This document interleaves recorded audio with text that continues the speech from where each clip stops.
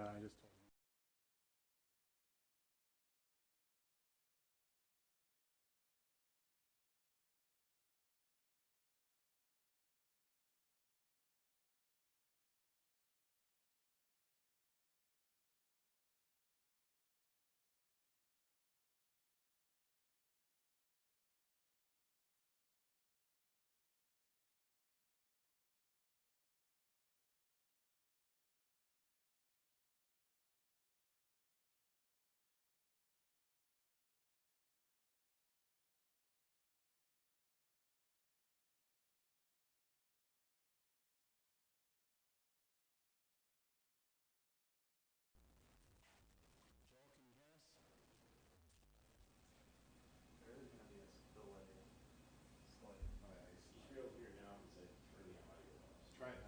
Joel, can you hear us?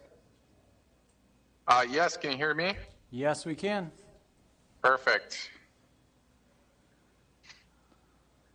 All right. Okay. Should I wait or should I go? It is 4:30 on my clock. Okay. So if you want to start, go right ahead. All right.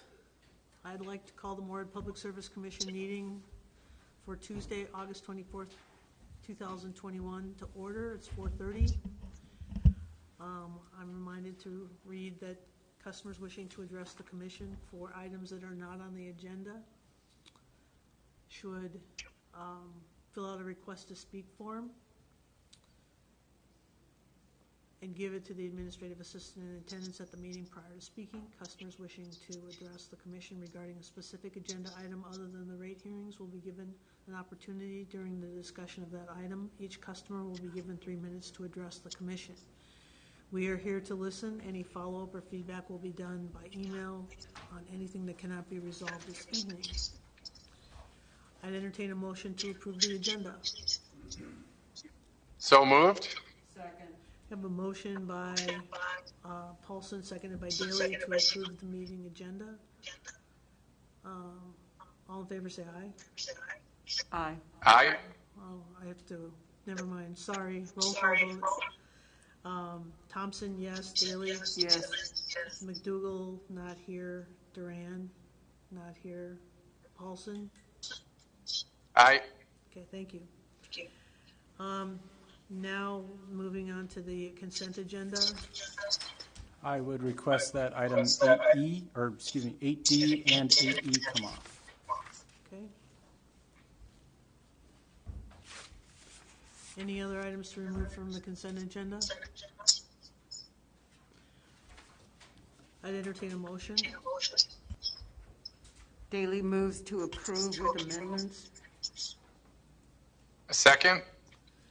Okay, I have a motion by Daly, seconded by Paulson, to approve the consent agenda with amendments, which is the removal of item 8D and 8E. What say you, Paulson? Aye. Daly? Aye. Thompson? Aye. Okay, customers to be heard in recognitions. I think now is a good time to recognize Dennis. Want to say, or should I go first? Go right ahead. Okay, I'd like to recognize Dennis. I met Dennis probably 10 years ago when I asked him to speak to a group of students at the Area Learning Center. And he came in with his, I still have a I don't know, book of Post-it notes that he handed out to the students. That's my favorite Dennis photo. When I look at him, I've just packed up my office. And I saw those and I said, that's Dennis. You know, I'm going to keep those forever. They don't stick anymore, though, unfortunately. But it was a meaningful time, and I really appreciate you coming out. And I think you got students excited about energy conservation. That was the purpose of it. So that was great. Thank you. Well, thank you, Dennis, for your work. Yeah. And Dennis, you've been here for about 30 years? 32 years. I started as our project engineer and then moved into the energy services portion of our utility and has been there ever since. So, again, appreciate all the effort and work you've done both with our VIP power power businesses in town, along with working with the conservation efforts as well too, Dennis, and appreciate you and hope you enjoy retirement. Well, thank you. I appreciate your comments. Put your microphone on. Thank you. I do appreciate your comments, and I wanted to say that 32 plus years that I've been here, it's been a good ride. I've appreciated the honor and ability to serve the community in the ways that we were able to. I mean, I've seen digital mapping come into this utility. I've seen renewable energy. We've seen the loop feeder system that came in the early 2000s, which was a great boost to reliability. And those are all things that I was a part of in some form or another. And it's just been great to serve the community. It's helped provide for my family, and it's been a good career, and I've been very fortunate. So thank you very much. So. Thank you for keeping the lights on all those years, Dennis. You're welcome. Thank you. Any customers be heard? No. Any other recognitions? None that I'm aware of. Any old business?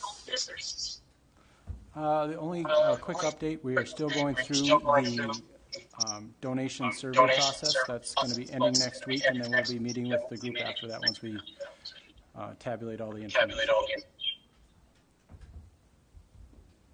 was sort of hoping that would help, but it doesn't help. No. It's on the TV. It's on TV. Okay, item number 8, reports, City Council. There's nobody on from the City Council, so we'll move on. Public Service Commission. General Manager's report, Mr. Schmidt. Sure. Fairly large General Manager's report this time. We talk about our quarterly strategic plan updates. Again, those go to our current 5 strategic directions that we have, and we'll be talking about those later this evening as we look to maybe change them upon your approval. Again, provide or deliver safe and reliable, efficient, and economical utility services is one of them. There's some bullet points under that. Along with that, we got is strategic and financially strong. We have qualified and competent staff and a strong staff culture. And we are regional leader in utility services and sought after for leadership advice. And MPS is innovative. So those are the 5 points we currently have, and there's some bullet points under them of what we did over the last quarter. Along with that, we do have our dashboard reports, just talking about electric operations and different things, whether it's outages, street light repairs, new services, meter testing, and locates completed. We also have our purchase power, and we have our set point information along with load management for both commercial and residential. And then, of course, our wind turbine, or our renewable power production as well, too. We've also got some GIS information in there. We do have our safety report from our safety committee. Along with that, we've got a bunch of other information regarding the water division as well, too. Gallons used by user, chemical usage, water pumped. And then, of course, on the back side of that, we have our water leaks so far from Q2. We also have some financial information on billing, and then, of course, our overall financial information as well, too, for the quarter. And finally, we got a little bit from Dennis here as well, some energy services dashboard, really just talking about rebates or our conservation improvement plan, how many rebates we gave out, and then our load management and community solar guard production. So, back over for just a second. Other than that, I would like to have Mark Moorhead visit a little bit about our update on our COVID-19 financials. Mark, if you want to go ahead with that. Okay, thank you, Travis. Members of the commission. It's not working. Okay. Oh, it was on. Okay, sorry about that. Thank you, Travis, members of the commission. Again, update on collections. For the month of July, we're back to our normal, I guess what's considered normal for Moorhead Public Service rate of about 15.2% accounts past due. again, it's right back where we were pre-COVID. The payment plan agreement accounts still continue to process through. The majority of the customers are still on the plan, making their monthly payments. We have had a handful fall off due to account closures or missing a couple of payments, but we've been able to get those customers that missed payments have been able to find assistance through the LIHEAP program or through Rent Help Minnesota. The Rent Help Minnesota payments have increased considerably over the last couple of months. I should say that over the last month. It was slow through June, but it has picked up considerably. We've been able to actually get a direct number now. We can have customers call in and get an update on where their account sits within the Rent Help review and funding process. So overall, collections related to COVID are going very well, and we're about back where we were pre-COVID. So that's the short and sweet of it. And if you have any questions, I'd be able to entertain those. The water. Well, we did also hear from was a federal agency that's overseeing a federal low-income water assistance program that will be rolled out in conjunction with next year's LIHEAP program. So as part of that, it looks like the state of Minnesota, individuals who apply and meet the criteria for low-income heating assistance will also qualify for low-income water assistance, which also includes wastewater. Internally, we have to figure out how that's going to work because we have a lot of apartment dwellers who only have a fixed water charge or fixed wastewater charge, but not a water charge. So we've got to figure out how that's going to work within the low-income water assistance program. But we'll be addressing those with West Central during their fall kickoff meetings and orientation meetings that we do annually. So that's very exciting.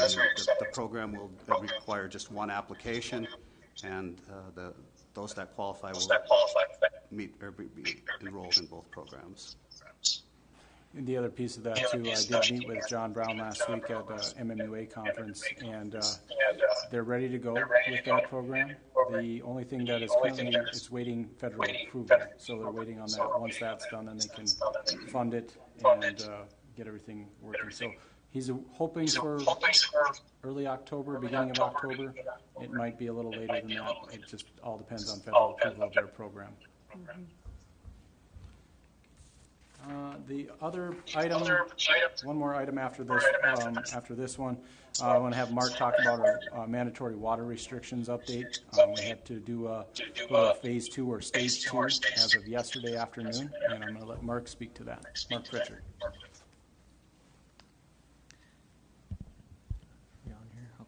Thank you, Travis.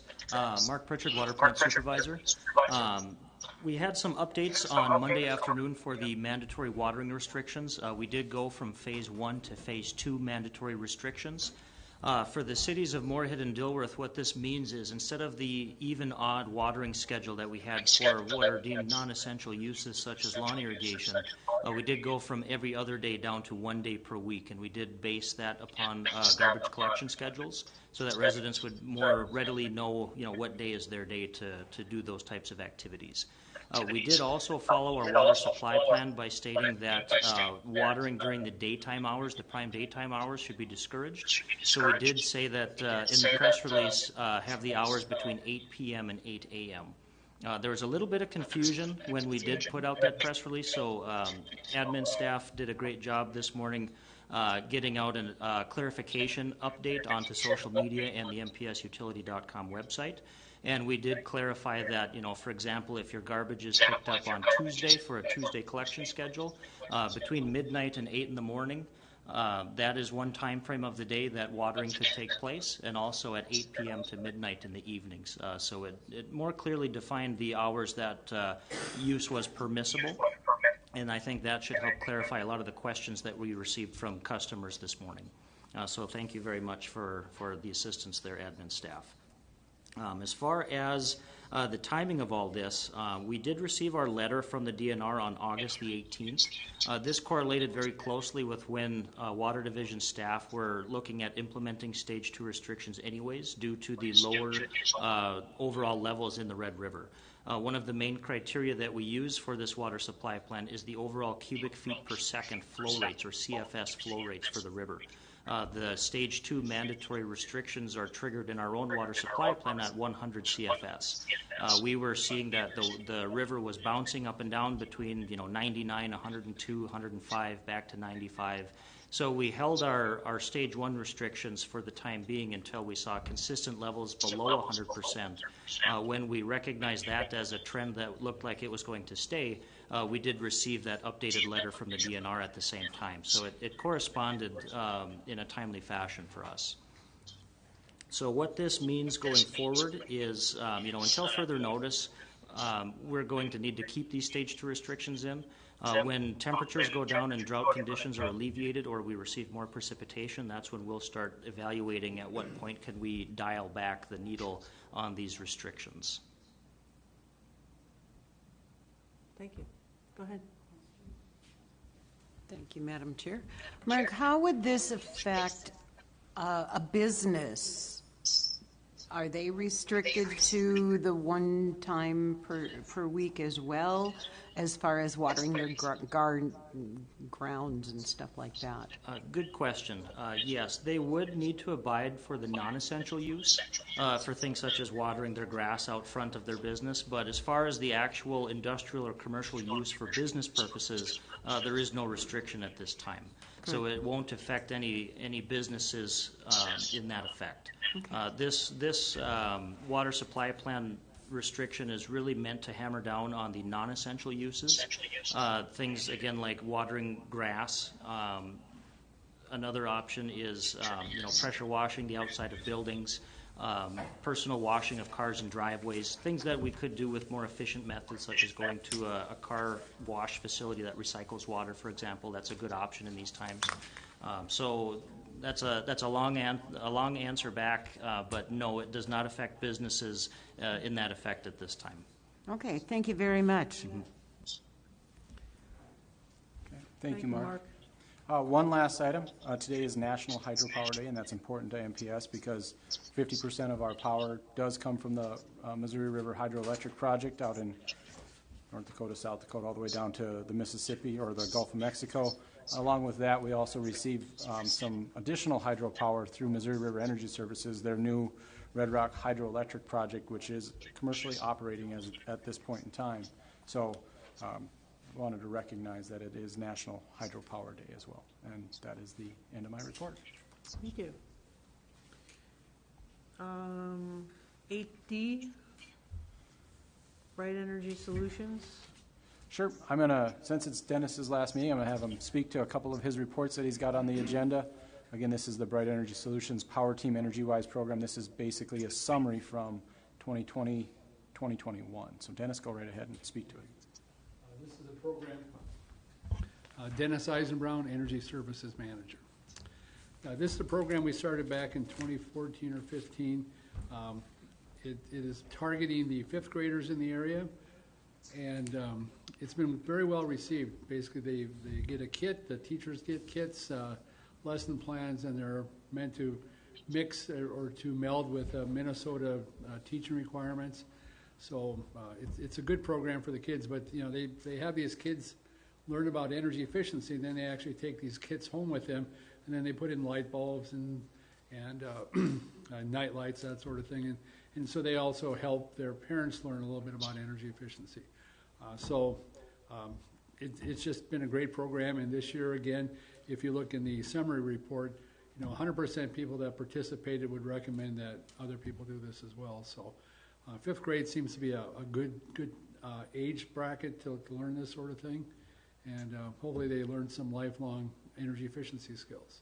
So we thank Missouri River for starting this program. We pay for half of the kits. The kits are $44. We pay $22. Missouri River pays the other $22. And they do all the report writing and administration, that sort of thing. So it's a great program. So. Great. Thank you, Dennis. Yeah. Any questions? Okay, I'd entertain a motion to accept the report. So moved. Second. I have a motion by Paulson, seconded by Daley, to accept the report on Bright Energy Solutions Power Team Energy Wise program. Any discussion? All in favor say aye. Aye. Aye. Opposed? None. Next report is on the regional electric rates. Sure. I'll have Dennis speak to this one again. Dennis, go right ahead. Tell him the good news. Thank you. This is my last report before I retire. And I'm very happy to report that we actually are the lowest provider in all the categories that we check for, which is phenomenal. As good as that news is, it's not meant for us to let our guard down. We still need to always make sure that we are competitive. Particularly like in the residential rates, we are the lowest, but it's by just a whisker, okay?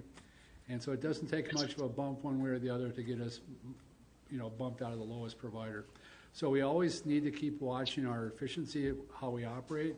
We need to watch, other expenses that come at the utilities. So it's great news, but there's no reason to let our guard down. So that's, I think, an important point. But it's great to be able to report on my last report ever that we are the lowest in all the categories. So these guys do a great job. Everybody works together as a team and makes it possible. So.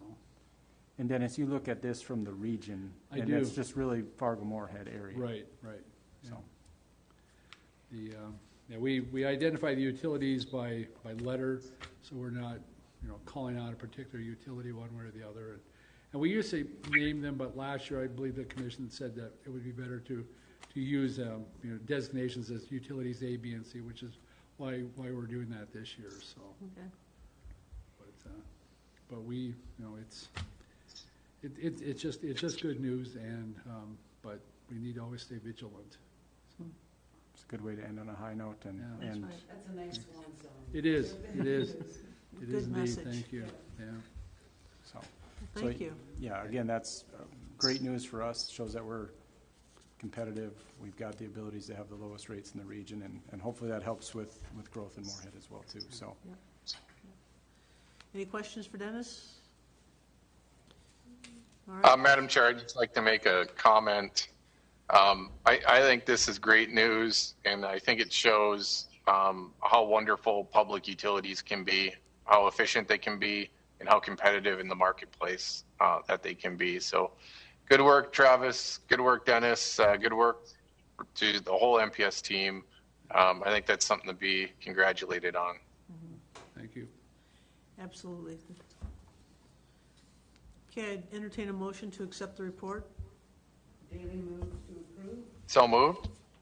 Okay, I have a motion by Daley, seconded by Paulson, to accept the report on regional electric rates. All in favor say aye. Aye. Aye. Opposed? Motion, or the report's been accepted. Moving on now to item number 10, specifications and authorize and advertisement for bids. sure, I'll start with this, and then I'm going to have Taylor Holt take over. Again, this is our normal process we do on an annual basis. Big key things to talk about currently is that we're starting this process a little early. Usually we start this late October. We're starting it late August. A lot of that is due to supply chain concerns. This year we were okay. However, we did see a couple of items come in a little later than anticipated. From there, I'm going to let Taylor kind of speak to everything else. Taylor Holt, electric distribution engineer. Like Travis said, we're trying to prepare for any supply chain issues that may be ahead. Some supplies are more difficult to get than others, but rather than try to come to the commission multiple times, we just prepared everything ahead of time. One thing you may notice is that the total estimated cost is a little bit higher than we have the last couple of years. This is due to a few reasons. One of the big ones is we have some budgeted for items coming up in our master plan, so we're preparing to have enough inventory for that. Hopefully we don't run into any issues, like we said, with supply chains. And then also trying to replace all the transformers that we've installed last year and then make sure we have some in preparation for the plans for growth for next year. Beyond that, are there any questions that anybody has? I want to say that I appreciate the proactive approach, and I think it's understandable that we're looking at a little bit higher figure than we would like, but given where we are and what's going on, it's certainly understandable. So. And actually, one more thing on the top of my mind, the estimated costs are designed to be conservative, so I'm anticipating that the prices will come in lower, but with the talks about inflation, we wanted to make sure that we didn't get any wow numbers and have to deal with those in between this meeting and the next one. We don't like surprises. No, exactly. Unless they're good surprises. Yeah. Any questions? Okay, seeing none, I'd entertain a motion. Daley So moves moved. to approve. Okay, I'll second Joel. We'll give him this one. We'll just go back and forth. Any further discussion? Okay, seeing none, let's take a roll call vote. Daley, Yes. Paulson, Oh, he looks he's froze. frozen. Thompson, yes. Yes, Madam Oh, Mayor. okay. Yep. Yep, okay. All right, we've approved the specs. Good. Moving on to item 13. Is this lime residual? Is this sludge? This is sludge. We're going to talk about all the things today. Yep. So I'm going to have Mark speak to this. Again, Mark, we're working on finishing up the construction of the lime sludge dewatering facility, and with that, we need to figure out how to get rid of the byproduct. So, Mark, go ahead. Thank you, Travis. Mark Pritchard, Water Plant Supervisor. As Travis had mentioned, now that the construction phase of the new lime dewatering facility is kind of in its closing hours, the next piece to the puzzle, and really the last piece of the puzzle, is making sure that we can remove the dewatered solids and dispose of them properly. That really means two options. It can go either to a landfill for disposal, or the material can be land applied after certain criteria have been met. I did have a phone call with an individual from the Minnesota Department of Health that states that we have approval to land apply. So with that being said, we are able to procure contract services for a hauling service to not only truck this material to locations but also land apply it for us. So that's what this specifications and ad for bid will take care of. It will get up to 2 semi-trailers that are adequately sized for the facility to be on site at all times, so that when we have a load of dewatered solids that need to be shipped out, we can squeeze them through the press, drop them through the floor straight into the truck, and then out the doors they go. So it's a pretty simple process, but it's a very big building in which to get that process accomplished. So we're very happy to finally see that the finish line is upon us here. I almost want to see that. We can arrange it too. We can definitely arrange that, yes. We do have a little bit of time between now and when this proposed contract would start up. We're looking at November 1st for a start date, so that will give us enough time to procure all of the necessary pieces that we need for the hauling service, and then also work out some of the last few mechanical gremlins that we have in the new systems to make sure that everything's running properly by the time this contract starts up. Any questions? Mary? Joel? No? The other one thing to point out is we are still working with Clay County landfill to see if we can use that as a temporary storage, or even a place that they can use it for cover as well too. So we are trying to find an alternative, and we're trying to work through the logistics of that as well too. And it's a little more difficult than we were anticipating, but if we have some concerns, we'll be bringing them back to you as well. Now, is Madam this- Chair, I have a Yes, question. go ahead, Mr. Paulson. Mark, are we just looking at taking the lowest cost method of disposal here, or are there other benefits to land applying the sludge waste? There are other benefits to land applying. Usually the contractors that do that type of land application are bidding directly against whatever a landfill price may be. So it's highly likely that the contract haulers have better pricing than what we would get, for example, for a tipping fee for bringing the material to a landfill for disposal. Now, with that being said, to Travis's point earlier, we are working with Clay County landfill personnel to see if there can be a beneficial use that could benefit both parties, and we're still investigating those even though the contract is slated for being approved this evening. So we want to have multiple options so that we aren't caught with only one option being what we can pursue and really move forward with. We want to have options to make sure that we have multiple avenues for if we need to store it for a certain length of time. We could have a temporary storage location, for example, at the Clay County landfill. We are also investigating other options to make sure that we have enough operational flexibility to continue to press and dewater the material, even though, for example, a blizzard may shut the roads down, for example. So we're looking into various contingency options like that to make sure that we can still run in inclement weather, or if a truck isn't able to haul it to a given location, for example. So are there any crop benefits to the lime sludge as far as increased yields? Yes. Depending on the underlying soil characteristics, pH adjustment can be very beneficial for things such as alfalfa and soybeans. A lot of times the calcium content is very beneficial for bringing nutrients up through the root system. So without getting too far into those details, it does provide multiple avenues for benefit for farmers. That's excellent. Great job. Any other comments? Or I think it's interesting. The commission's always been really interested in sludge. Quick question, Mark. Yeah. Roughly, how big is one of the pressed chunks of sludge? It is 2 meters by 2 meters, so it's okay. basically a big square that's about 4 inches in depth.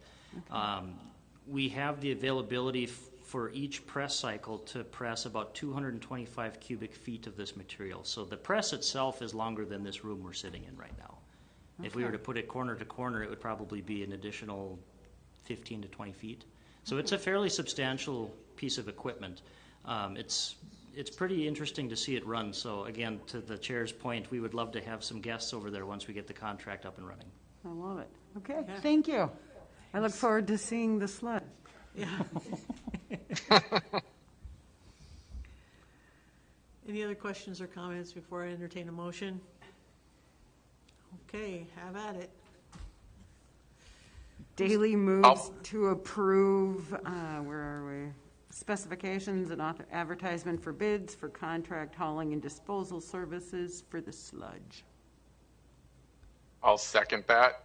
Okay, I have a motion by Daly and seconded by Paulson to approve the sludge specifications and advertisement for bids. Any further discussion? Seeing none. Paulson? Aye. Daly? Aye. Thompson? Aye.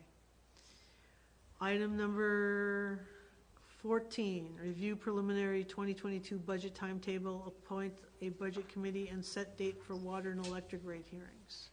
Mr. Schmidt. Well, we've talked about electric, we've talked about water, we've talked about sludge, so we get to talk about the money. I'm going to have Mark probably speak to a majority of this. Under the recommendation, I have talked to Commissioner Paulson and Commissioner McDougall. They are willing to continue to serve on the budget work group or committee work group, whatever you want to call it. And really, this is kind of just to set everything in motion for the budget process for 2022. So from that, Mark, go right ahead. All right, thank you, Travis. Mark Moylan, and Controller. As indicated in the write-up, we've actually started work on the process. Taylor's presentation actually alludes to the fact that they've already been looking at some of the planning for our capital items, which is one of our larger items when we look at in budgeting, along with our purchase power costs, transmission costs, some other revenues, transfer payments to the city, historical operating costs. So we're already started to look at those and enter in numbers based on past history and some expectations. The Water Division has been looking at their expected projects for next year. What's been very helpful for them, I believe, is having the ability to work in conjunction with the City of Moorhead to schedule installs and repairs so that they're both working on the same spots and hopefully saving the citizens money overall by doing two projects at once.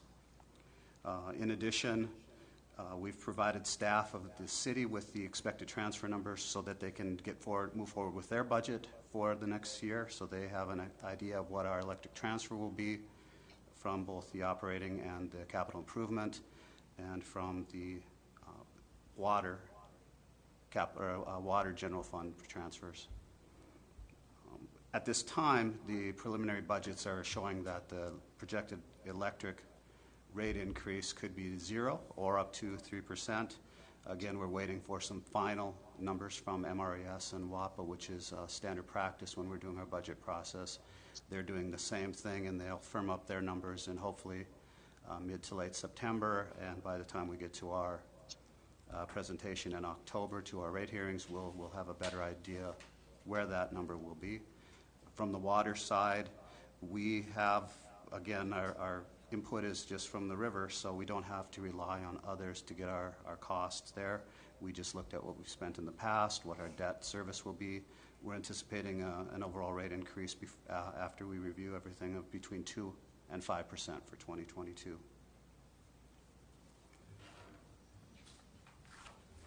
Questions?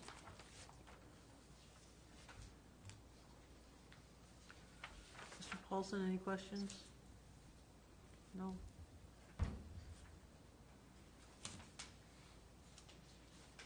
I'm just catching up here. Yeah, that's fine. The timetable is actually presented on page 4, so this is step 1.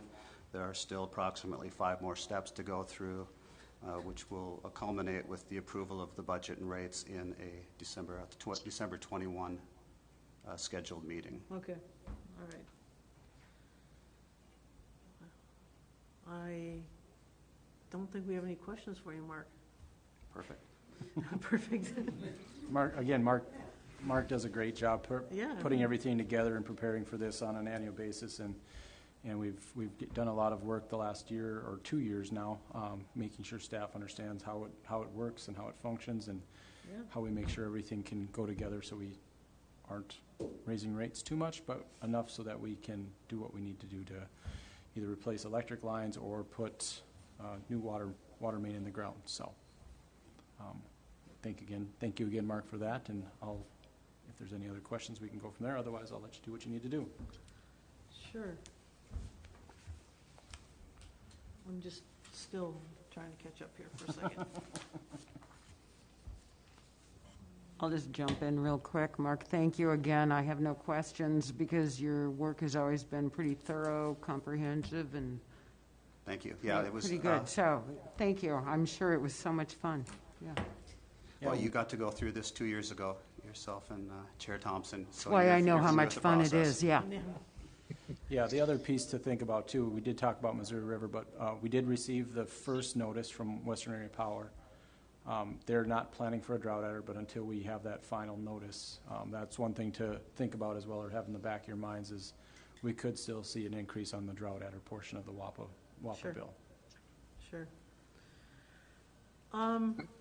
Madam Chair, I'll make a comment as well. Okay. And I'll echo what Commissioner Daly had mentioned. I had the opportunity to take part on the budget subcommittee last year as my first year as a commissioner. It was extremely valuable information to be involved with and to work with Kurt on the annual budget. I would also concur that Kurt is very thorough, wonderful processes in place with Moorhead Public Service. All of my questions were already being proactively worked on, whether it be the asset management plan and the prioritization of replacement on the electrical or the water side, as well as really that future forecasting and budgeting that helps to ensure that we don't have any significant surprises and any large rate increases in any given year. So, given that the rate of inflation is somewhere around 3 to 5%, and Kurt is projecting a 3 to 5% increase in rates, it's really very reasonable. As General Manager Schmidt had mentioned, I certainly would be available to assist this year as well on that budget subcommittee. Thank you for volunteering your service. No problem. I'm looking and I'm thinking we have to do something here, make a motion you don't think so? Okay. Mark, We're appointing a budget committee, though. you're appointing a budget committee, and then you're setting the rate hearing dates as well, too. So I would just say, I'd recommend approval of the general manager's recommendation for appointing Commissioner McDougall and Paulson to serve on the budget work group, and then propose for the 2022 budget review and recommendations to set the Tuesday, October 19, 2021 as a date for the water and electric rate hearings. Yeah, it's Yep, I might have said that wrong. Yes, October 19th. Yeah. That's what I was doing, trying to catch up. When is this meeting? I would move to approve everything that Mr. Schmidt just said. I'll second. Okay, so we have a motion by Daly, seconded by Paulson, to approve the appointment of Mr. Paulson, the Budget Committee, and set October 19th as the date for the rate hearings, and we've reviewed the preliminary 2022 budget timetable. Daly, how say you? Yes. Paulson? Yes. Thompson, yes. All that business was taken care of. Okay, item number 15, approve the 2022-2024 strategic plan for Moorhead Public Service. Sure, I'll start this, and then we've got Marcy Douglas from Missouri River Energy Services. She's the strategic planning specialist for them. She helped with our process this last year, as she has done in the past as well. We took a little different approach in 2021 for the 2022 through 2024 strategic plan. We engaged all MPS employees. We had 4 separate sit-downs with staff in June. The 3 groups did about a 4-hour discussion each, and then the professional and supervisory staff did a full day of discussions, and then basically the same process that everybody else did, and then we took a little deeper dive into what the strategic directions should be, core values and things like that as well too, and also looking at what everybody else had talked about in the previous groups. I thought it was a very great process. I think it engaged everybody. It was very interesting to look at all the information. All that information was very similar, even though it was organic. They started with a blank sheet, and everybody pretty much came to the same conclusion at the end of the day, and that was very interesting to see. I would have expected a little bit of variance, but it was actually very close. That really shows that everybody at MPS is kind of on the same page with what's going on, what we want to do, and how we want to move forward into the future. With that, I'm going to let Marcy kind of speak a little bit, and then I'll wrap it up. Thank you very much, Commissioners. I appreciate the time. I'm Marcy Douglas with Missouri River Energy. As Travis had mentioned, I'm a strategic planning specialist, and I had the great privilege of going through this this year with Moorhead Public Service, and have done some in the past as well. It was an incredible opportunity the way that it was done this year, with, as Travis kind of briefly mentioned, being a completely organic process from the ground up. We had the mission statement and core values on the wall. Those were the only 2 pieces that stayed on the wall, and we reviewed that with each group. After that, each group kind of went through their vision, their what we call our victory circle. What does it look like in 3 to 5 years for the success? What does success look like for you? What are some of those roadblocks and obstacles? And then moving into strategic priorities. And again, each group started with completely blank sheets of paper. So there was no as a job as a facilitator, it's a neutral base, that stance that I'm in. There's not any coaching or ideas or make sure you're covering this or that.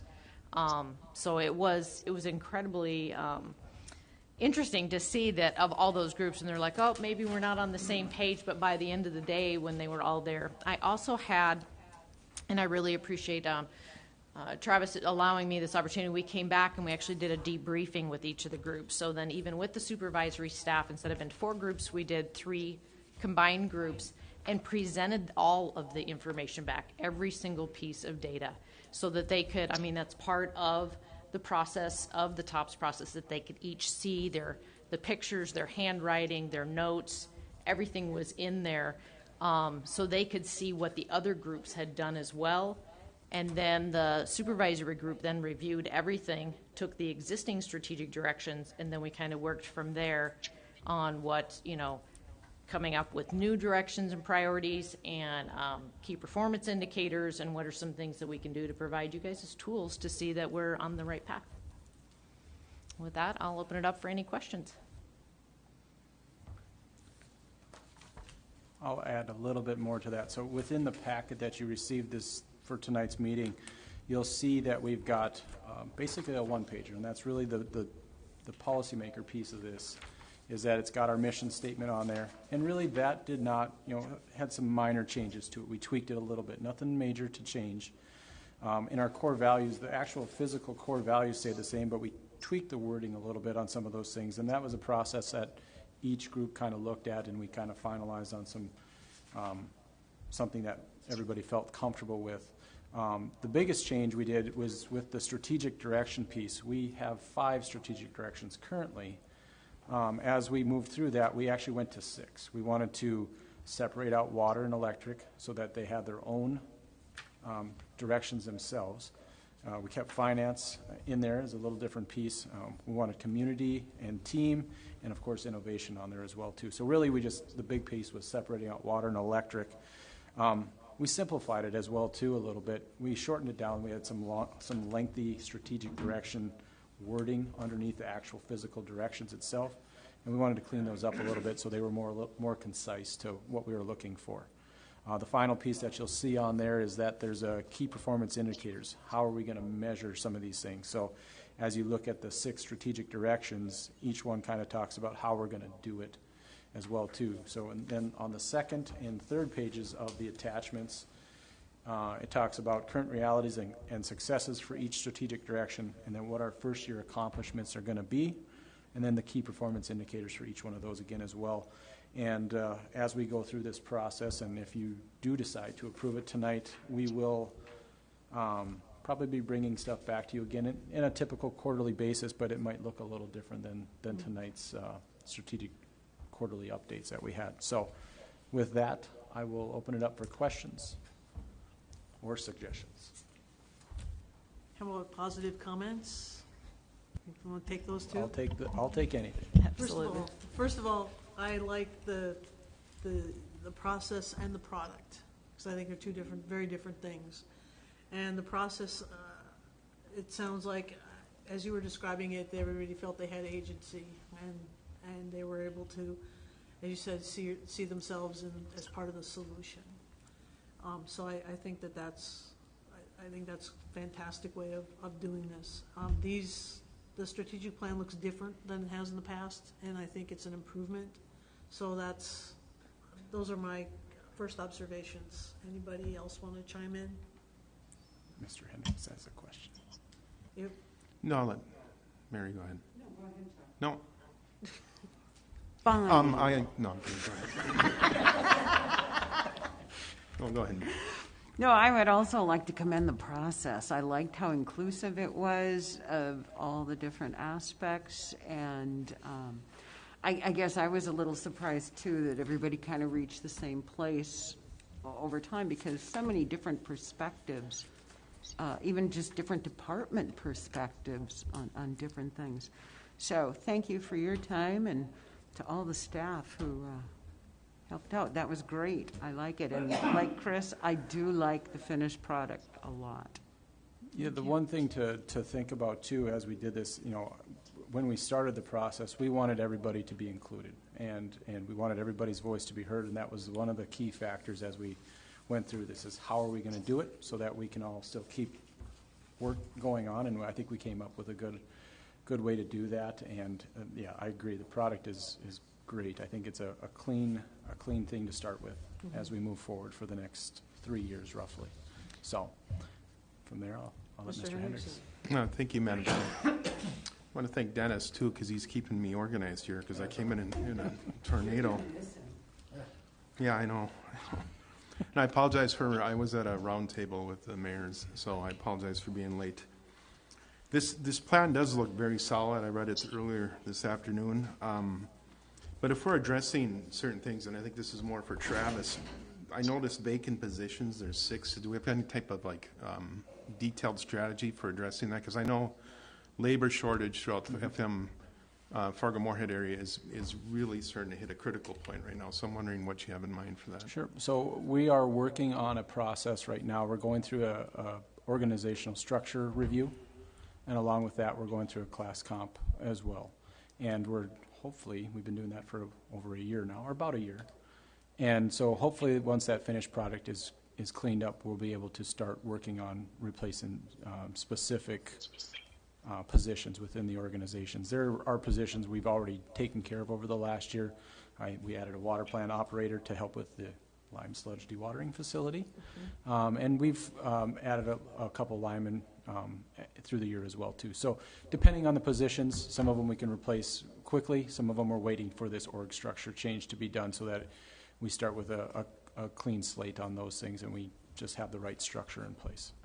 Okay, very good. Thank you. Good work on this. Yeah, the other piece that I wanted to speak about too is that, 2 big things came out.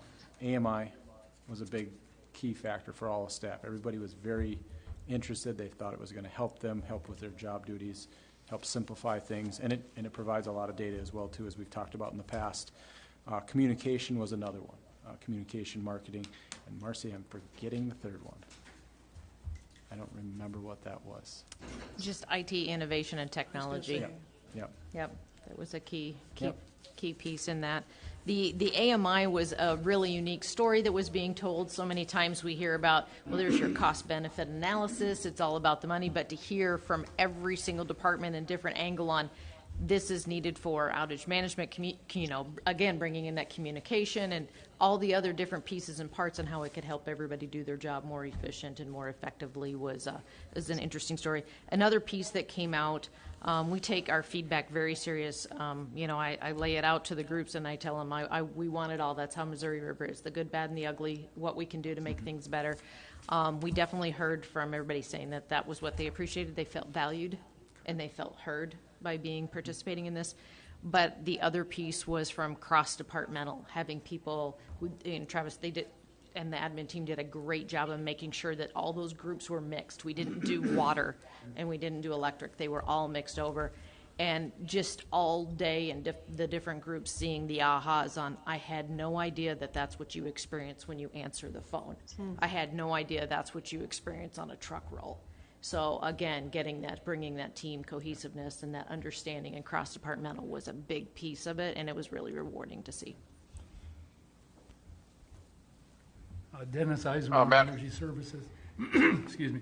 I just wanted to add that as an employee being part of that process, it was also valuable because you got to meet other people that, frankly, we didn't know or haven't met before because there's been new people and new staff. And so it was good to meet other people as well. Plus, the valuable part of learning what other people were doing and going, yeah, we had no idea. But it, from an employee point of view, it was very worthwhile. Mr. Paulson had something. Oh, he does. Go ahead, Mr. Madam Paul. Chair? Absolutely. Go ahead. I'd like to congratulate Ms. Douglas and thank the Missouri River for helping us through this process. I also reviewed the strategic plan, and I think it's wonderful. I think General Manager Schmidt, your idea of bringing in all staff and having them involved in the development of this plan was absolutely the right thing to do. And I wonder, I guess I don't know if you also include in your employees' performance management system goals or objectives related to the strategic plan to keep them involved and keep them focused on ultimately what we hope to achieve over the course of the next few years. And I think having staff level engagement in those goals, both through the planning process, but also through the implementation process, is very important. So we don't need to dig in. I was just, I guess my only question is, how do you, or are you integrating in to your performance management system, the results of the strategic plan? Good point. Again, as you approve this tonight, or if you approve this tonight, we've got our first year accomplishments, and I would key in on having the division managers or supervisors kind of work with their staff as well too, to make sure that everybody's aware of this. And I'm sure we'll be having additional conversations or meetings on how to approach this as we go forward, so that everybody has that engagement. Again, a lot of these accomplishments they're not stretch goals by any means. They're just things that we can do to accomplish, things we know are accomplishable in the first year. So I think that's a key piece to this as well too. We're not trying to reinvent the wheel here. We're just trying to keep us moving forward and do it in a good manner. Mm-hmm. Thank you. Any other comments?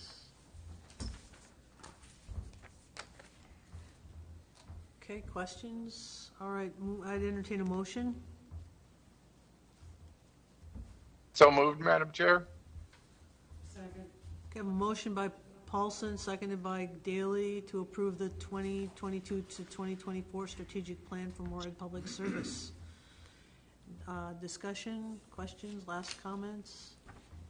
I want to say, like I said before, I just think this is really exciting, and I look forward to seeing us have a report on how well we've accomplished our goals. So, all right, ready to vote?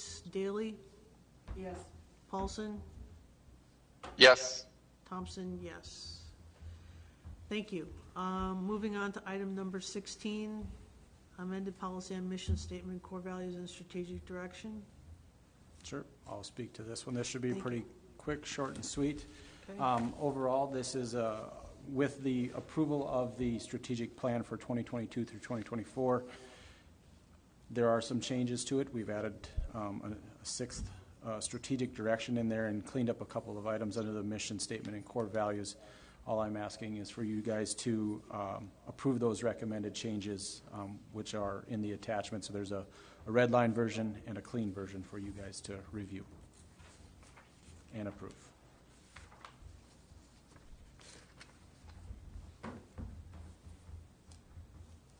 Questions? If you want to look at it. Okay, no questions? Comments? I'd entertain a motion then. You haven't had a chance to take. Just catching up. Yeah, catching up. I know where you are. I mean, I was there before. That's right. Okay, I'd entertain a motion. I'm not sure if it's my turn or Mr. Paulson's, so I'll jump in. Move to approve. It was Commissioner Daly's turn. Okay. That's a cool picture. Oh, you froze up there, Mr. Paulson? Did you second or? I did second. Yes. Okay, thank you. Okay, I have a motion by Daly and seconded by Paulson to approve the amended policy on mission statement, core values, and strategic direction for MPS. Any further discussion? Seeing none. I apologize. Roll call vote. Paulson? I think he's frozen again. He's frozen again. Daly? Yes. Thompson, yes. Paulson? Yes. Okay, great. Run out of bandwidth. Motion approved. All right, item number 17. Correct. I'm going to start this, and I've done enough talking on this, so I'm going to let Mark do more talking, but typically don't like to bring these items to you last minute. However, this was of importance, so we figured we would do it. Last night, the City Council unanimously approved a unified response letter to the Clay County Commission concerning the rezoning and removal of the Wellhead Protection Overlay District on the Buffalo Aquifer regarding parcel 10.006.1800. We've had a lot of discussions over the last week, meetings with Clay County Planning Commission, and then the council, of course, last night, and some other discussions as well, and dealing or having concerns with this. So from there, I'm going to let Mark speak to this. Thank you, Travis. Mark Pritchard, Water Plant Supervisor. As Travis has mentioned, this item, we typically don't like to give them last minute, but the importance of this one I don't think can be overstressed. For the past 35 years, Moorhead Public Service has dedicated considerable resources to protect the Buffalo Aquifer. That began back in the late 80s with the creation of the water treatment plant, the construction of the water treatment plant that we operate to this day. That water plant was constructed with the plan of maximizing the Red River use as much as possible so that we can relax the use on the Buffalo Aquifer and save it for a drought situation such as this year. In the years that followed, there was more construction projects to facilitate that goal. There was also considerable amounts of collaboration between state, local, and county agencies to facilitate protection overlays within the Clay County Development Code. The main piece that was the product of that in the Wellhead Protection Plan was the creation of the Wellhead Protection Overlay Districts at the county level. And that's really a zoning district that allows for certain protections to be in place over the aquifer that wouldn't be in place otherwise. So it's really there to protect the natural resource so that it's there when we need it now and into the future. On the approximately 5th or 6th of August, MPS received notification of a petition to rezone a portion of the wellhead protection overlay that's fairly close to our existing South Buffalo well field. MPS drafted a letter stating out various concerns to the Planning Commission, and we did attend the August 17th meeting. Myself, Attorney John Bolger, Commissioner Paulson were all there in person, and then General Manager Schmidt and a representative from the Minnesota Department of Health Wellhead Protection Planning Department was also on the line as well. So we had a fairly strong showing at this meeting, and during which we provided a litany of reasons why Moorhead Public Service recommended to deny the petition to rezone this aquifer position, or this parcel within the aquifer. That had to do with past contamination events that caused issues, the mitigation of future contamination events and mitigating the risk of that taking place. We also talked about the critically vulnerable soils and the proximity of the water table to the surface of the soil in this meeting, and there were many other things that were discussed. However, at the end of that meeting, the Planning Commission did vote in favor of recommending to the Clay County Board of Commissioners to rezone this parcel. So it hasn't been rezoned yet, but the recommendation of the Planning Commission did recommend to rezone. So that's not the outcome that MPS was hoping for. So with that being said, there's been discussion since that time, culminating yesterday evening at the Moorhead City Council meeting, during which time General Manager Schmidt gave a good update that provided context to the situation, and there was a unanimous vote to approve a unified response letter between Moorhead Public Service Commissioners and the City Council members, basically unifying a response saying that we do not recommend moving forward rezoning this parcel for the reasons that we gave in the original letter to the Planning Commission, but also with a new letter stating our concerns based on the conversation at that meeting as well. So for a little bit more context, we did hand out some maps on the attachments to this. I can verbally kind of discuss these if everyone can pull these up. So the first map that we have shows the Buffalo Aquifer in a broader form. It shows a much larger portion of the aquifer than what we have our wellhead protection and our wells located on. That pink band through the center of the map, that shows the wellhead protection overlay district that the Clay County personnel have instilled to protect the Buffalo Aquifer. It was a culmination of many years of work between MPS and the Clay County personnel. So that shows, within that map, there's a small red box that shows the parcel in question. This is a little over a mile away from our South Buffalo well fields, the actual well field housings themselves, and it is directly kitty corner and on the boundary of the drinking water supply management area. So those were a couple of the concerns that we had right off the bat. On top of that, this portion of the aquifer also has a highly vulnerable status to pollution contaminants. We can turn to our second graph, or our second map, third map, thank you, Travis. And it shows the overlay of the pollution sensitivity on the Buffalo Aquifer. It's a zoomed out map that shows green areas off to the side showing very low pollution sensitivity.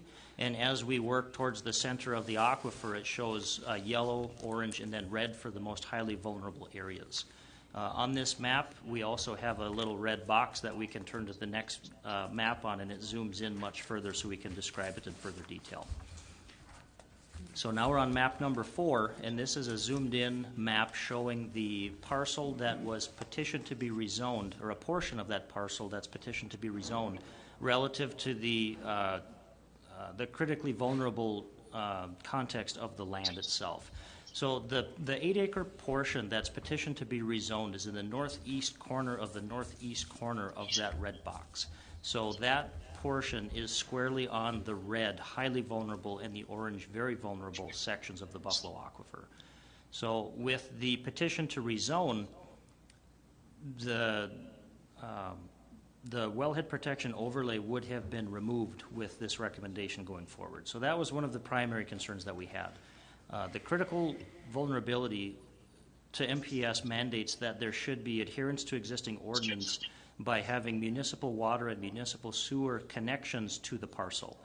In the petition by the applicant, they stated the intent to do neither of those things. So that was another reason why MPS had many concerns about this.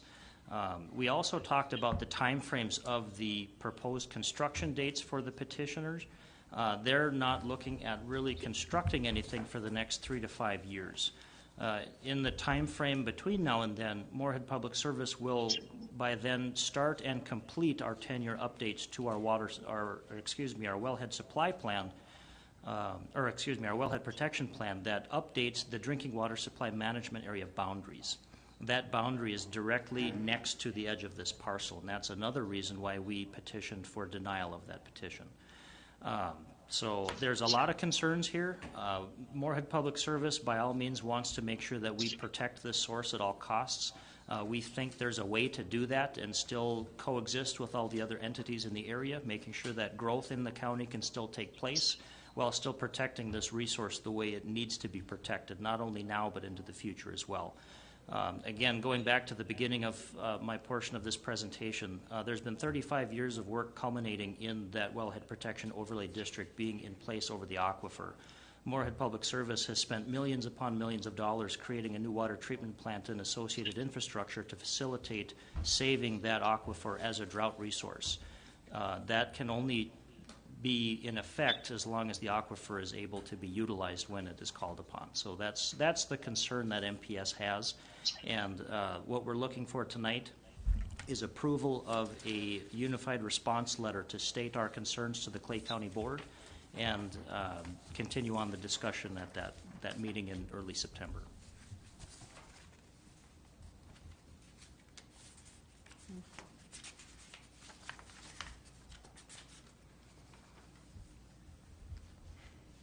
Comments or questions? Madam Chair, if I may. You may. As Mark mentioned, I did attend the Planning Commission meeting, and I was very disheartened by the outcome of their approval of this zoning change. a couple of observations that I made. The first being that this is development within the Tier 1 growth area. And since that Tier 1 growth area has been put into place around Dilworth and Moorhead, there has not been a single parcel that's been rezoned that has not been required to either be annexed within the city limits or have municipal water and sewer services. The second observation was that this really is a spot development in that Tier 1 growth area, and overturning the wellhead protection overlay would be a complete and utter disorganized development within the county, which is against the county ordinances. And so I think my takeaway from the Planning Commission meeting was they were extremely interested in understanding what would be acceptable development within this area as Dilworth and Moorhead eventually will grow into and put pressure on the aquifer under its existing state.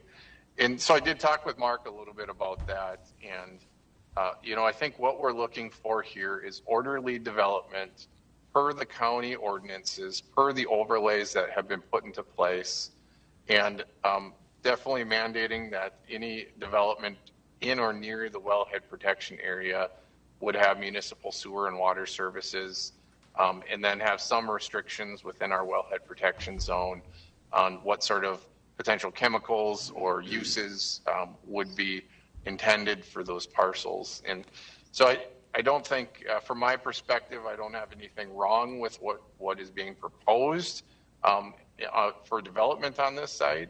It's just not the right time, and it's not orderly development. And the second we set a precedence, or the county sets a precedence to move forward with spot zoning and unorganized development, is really the concern that I have as a commissioner, that you get uncontrolled development and uses along this wellhead protection area.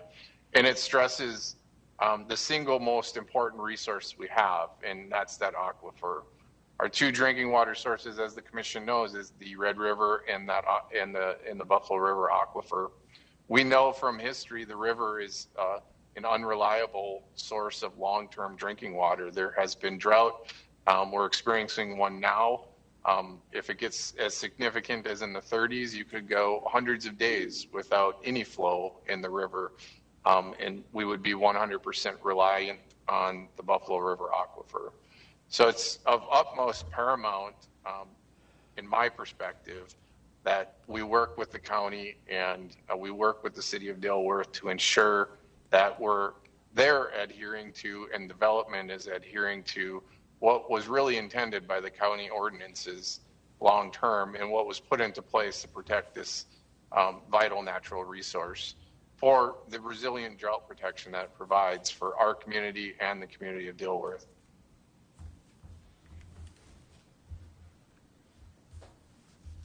I think Commissioner Paulson did a very good job. I have nothing to add. I guess I consider rezoning that to be a bit myopic, especially right now when we're facing restrictions and water shortages and anything. And I have enough concern about the Buffalo aquifer with just agricultural runoff and that kind of thing too. I think we can't add another piece to the risk factor there. I think it's at risk enough. And even, as we see Dilworth and Glendon develop, there's a lot of pavement going down. That stuff's got to run off somewhere. It's going into the ground. It's going to hit the aquifer. I just see this to be, no. I would highly support the unified response, absolutely. Go ahead, Mr. Schmidt. Excuse me. In the meeting last week for the Clay County Planning Commission meeting, along with last night, Council Member Lindos, who's also on the Planning Commission, had huge reservations about what they wanted to do and concerns with that. And he kind of looked at it as an insurance policy. We have an insurance policy here. Removing that insurance policy requires a lot of risk and it takes a lot of extra effort on water plant staff to move forward and make sure that there aren't having problems, whether they know about it or not. You know, there's an insurance policy there. We need to keep that in place for the long term. Whatever we do, we got to figure out how growth happens, and we got to make sure that that overlay district stays intact, and have some type of, hopefully maybe conditional use permits put in place so that we know what type of businesses go there. We know a gas station's not a good idea. We know probably an auto repair shop is not a good idea. And if we set a precedent like Commissioner Paulson said, it's going to continue down that 336 corridor until it's full, and it's still not going to be orderly development. What, in terms of our legal team, what are they saying from legal counsel? Good question. I have had a couple conversations with both Attorney Bulger and Attorney Shockley on this. They are looking into some of those concerns. We've actually talked with the Department of Natural Resources and Department of Health, and we are trying to come up with some type of responses, but they are still thinking through that at this point in time and how we legally handle this. Mark, I don't know if you want to add anything on the Department of Health and Natural Resources. Thank you, Travis. Mark Pritchard, Water Plant Supervisor here. We spoke with DNR staff here at the beginning of the week, and we spoke to the Department of Health representatives last week. And it's unclear if they have any direct authority over the zoning itself. They stated that it's more a county and local issue, and they really stressed the importance of maintaining those overlays. That was said to great effect at the Planning Commission meeting on the 17th, and in subsequent conversations over the phone. They very highly recommend maintaining these overlays. Again, to Mr. Schmidt's point, they are the insurance policy keeping the aquifer safe right now. If we remove that, it's risk that we don't need to add to an already vulnerable resource. There was a lot of talk at the August 17th meeting about risk. Some of it was things that we can control, and other things are things that we can't control. This type of risk that we're discussing here with this parcel rezoning is squarely in the ballpark of risk that we can control and have a say in.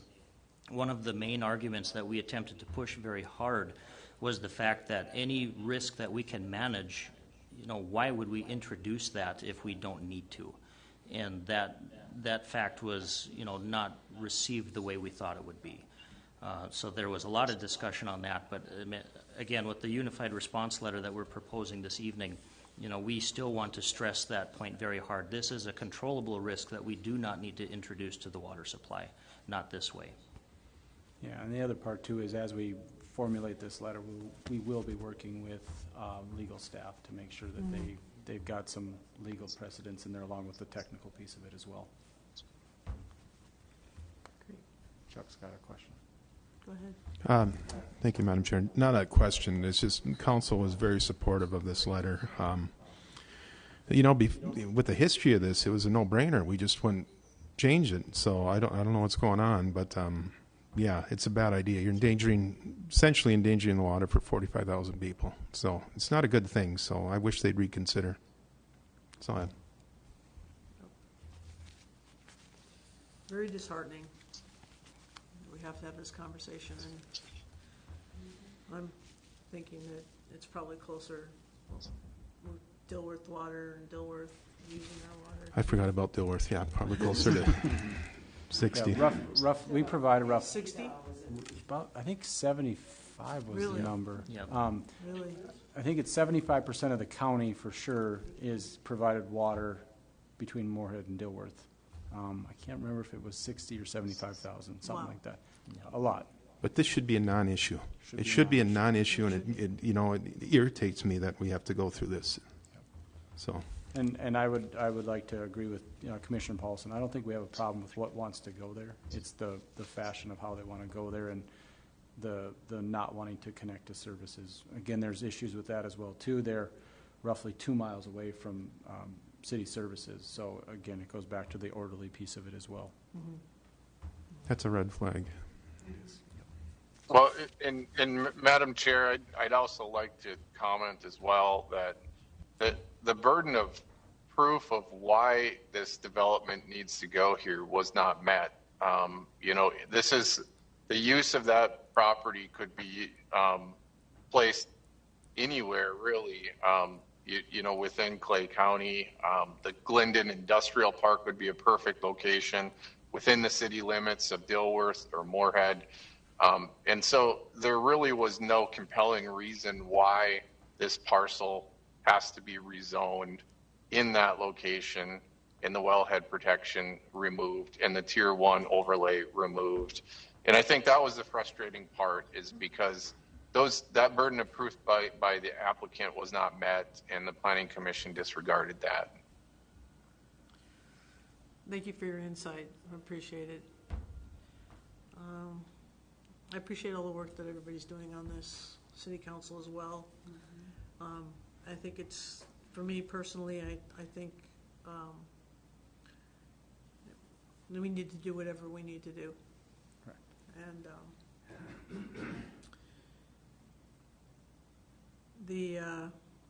I don't have any more to add. Does anybody else have anything else that they'd like to chime in with? Okay, I'd entertain a motion then.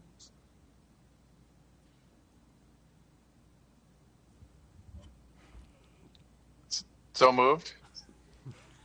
It was Joel's turn. I will second that. Okay, I have a motion by Paulson and seconded by Daly to approve a unified response letter to Clay County Board of Commissioners for protection of the Buffalo Aquifer. Any further questions or discussion? I will be asking for signatures from each of the commissioners, whether it's electronically or in person. We'll make sure that you guys all sign it. The council's going to do the same thing. Okay, wonderful. Thank you. Roll call vote. Paulson, Absolutely. Daly, Yes. Thompson, yes. Let's get that letter out.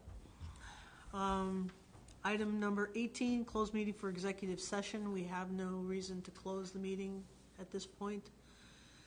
And you should note that there are upcoming commission meetings, September 7th if we need it, and September 21st. And that there's also meeting opportunities for commissioners. If you're interested, talk to Travis or... And there'll be a couple more coming out. You'll get a couple more emails on meetings via email for a couple MRES things. So I think they're already out. They're out, yeah. Yep. Okay. Sure, doesn't matter. Either way. I'd entertain a motion to adjourn.